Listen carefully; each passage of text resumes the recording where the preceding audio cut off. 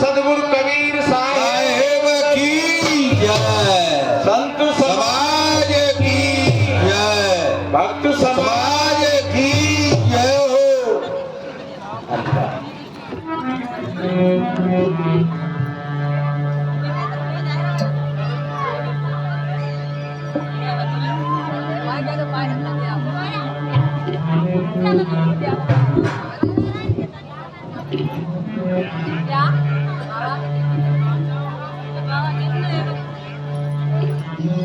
तिष्ठते ज्ञान रूपेण नर रूपं कबीर भव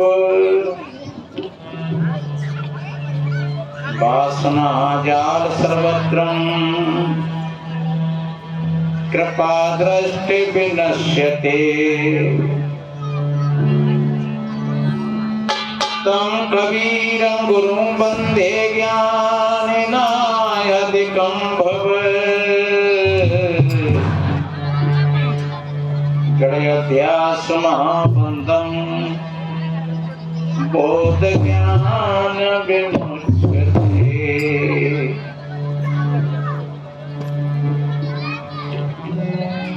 गुरु सुवर्ण के पद कमल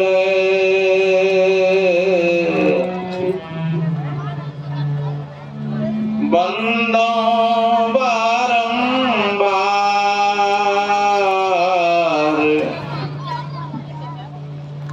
जिने बतलायो भेद सब परखायो पद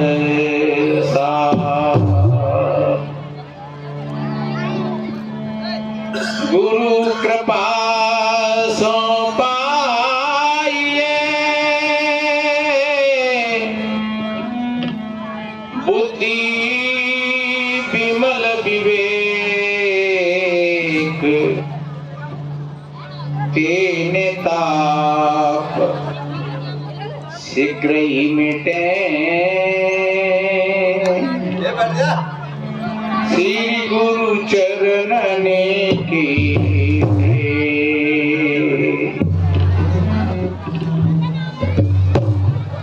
विश्ववंदनीय संत सम्राट सदगुरु कबीर देव बुद्ध मंगल में समाज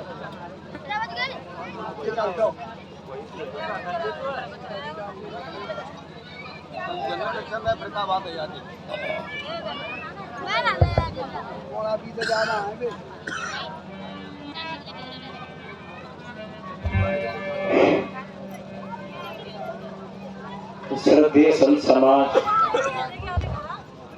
सभी धर्म प्रेमी सज्जन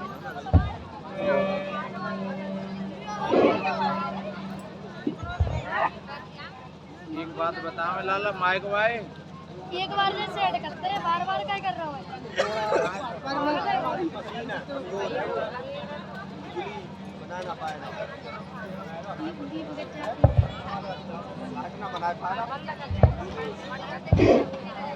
हेलो माइक वाले भैया तो जेलो तो गाइड देंगे तो देंगे पर बहुत लोग हजारों लाखों लोग सुन रहे होंगे लाइव चल रही है तो सब कहेंगे कि माइक वाला कैसा बेवकूफ आया है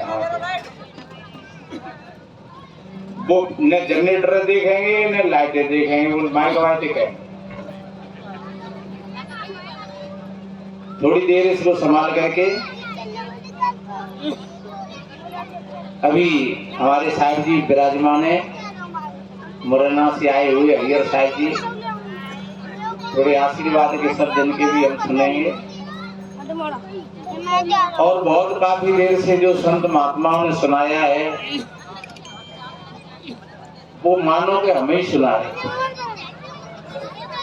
वो शब्द और वाणी अगर आप लोग सुनोगे और समझोगे और अपने जीवन में धारण करोगे तो आपको सुख मिलेगा शांति मिलेगी जीवन का आनंद मिलेगा। एक छोटी सी बात कह करके थोड़ा सत्संग को आगे बढ़ाएंगे। बताते हैं कोई एक किसी पैसे वाले की लड़की थी किसी सेठ की लड़की थी और वो लड़की का स्वभाव लाड़ प्यार में बिगड़ गया था और बच्चे का स्वभाव लाड़ प्यार में बिगड़ता है, ये ध्यान रखो। नहीं, प्यार करना चाहिए। ऐसा शास्त्र मत कहता है कि 5 साल तक बच्चियों से प्यार करो और 5 साल के बाद 15 और 18 साल तक बच्चियों को अपनी नजर में रखो। हमारी बच्ची कहाँ जाती है, पढ़ने के लिए जाती है, उसकी संग की सहेली है तो वो कैसे घर की बेटी है। हमारा बेटा पढ़ने के लिए जाता है तो जिसके मित्र कैसे हैं, वो कैसे घर हैं, कहीं वो ऐसे तो नहीं है कि हमारे बच्चा पर गलत प्रभाव पड़ जाए। ये आपकी जिम्मेदारी है। आपने ध्यान नहीं दिया अगर इन बातों पर तो आपको फिर आगे चल कर पछताना पड़ेगा।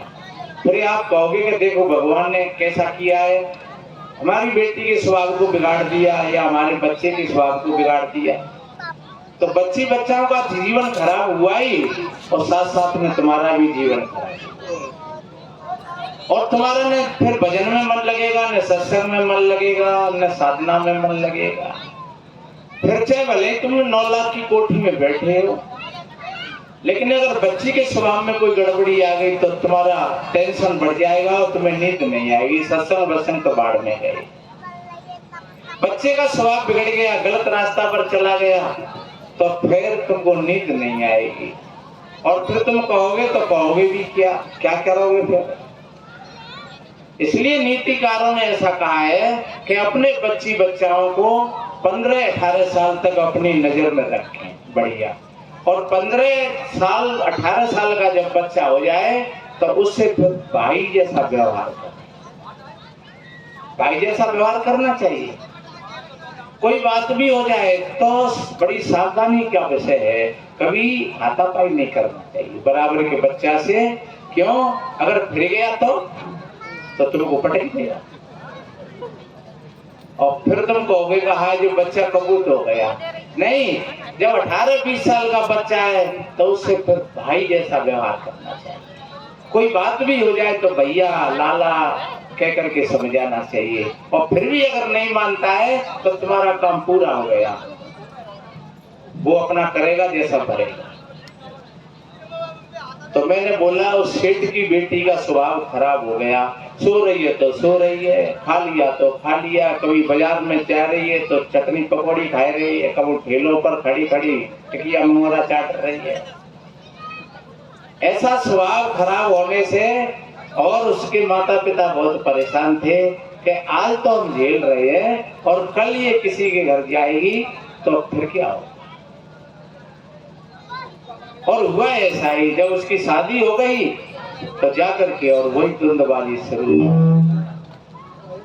ऐसा द्वंद्व शुरू हुआ, झगड़ा शुरू हुआ कि सो रही है तो सो रही है, खा लिया तो खा लिया, नहीं खाया तो नहीं खाया। कहीं बाजार में चली गई तो फिर देख रहे हैं घर वाले इंतजार कर रहे हैं। एक दिन तो बड़े मजे की बात, बहू सोए रही और सासू माँ झाड़ू लगा रही घर में, 70 साल की।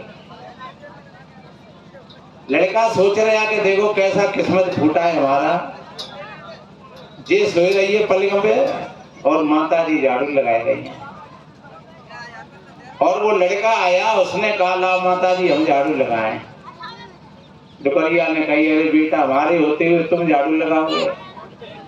बोले नहीं माता जी कोई बात नहीं है, कि हमारे होते हुए तुम झाड़ू लगाओगी। तो दोनों ने झाड़ू पकड़ लिया। बेटा कहता है कि मैं झाड़ू लगाऊंगा और माँ कहती है कि मैं लगाऊंगी। और सोचे तो वे जे रहे कि श्रीमती जी आ जाए जग के, तो जे ही कहते कि लो तुम दो छोड़ दे हम लगाई देंगे। और वे बहुत देर में आई, काय को लड़ रहे कावा तो सवेरे सवेरे सुवन ना दे रहे। बुढ़िया ने कही बेटा हमारे और तेरे होते हुए क्या ये बेटा झाड़ू लगाएगा? और बेटा ने कहा देवी जी हमारे तुम्हारे होते हुए क्या ये माता जी झाड़ू लगाएंगी? बाने कही तो जरूरी है कि तुम दो एक ही संग लगाओ, एक कितना लगा लेवे करो, एक कितना लगा लेवे करो।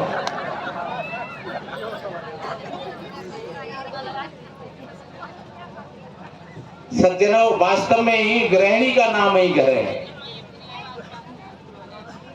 वेद व्यास जी ने एक जगह कहा है कि अगर घर में गृहिणी सुंदर है तो वो एक छोटी सी झोपड़ी को भी भव्य भवन बना देती है, और अगर गृहिणी के सुंदर विचार नहीं है तो वो बड़ी से बड़ी कोठी को भी शमशान बना देती है।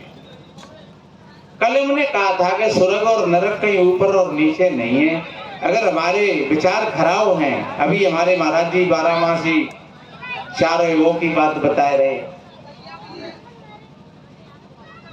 वास्तव में जब हमारा हृदय निर्मल है, पवित्र है, तो समझ लो कि आप सतयुग में बैठे। जब आपके हृदय में आधे गुण और आधे दोष बराबर चल रहे तो समझ लो कि तुम द्वापर में चल रहे हो।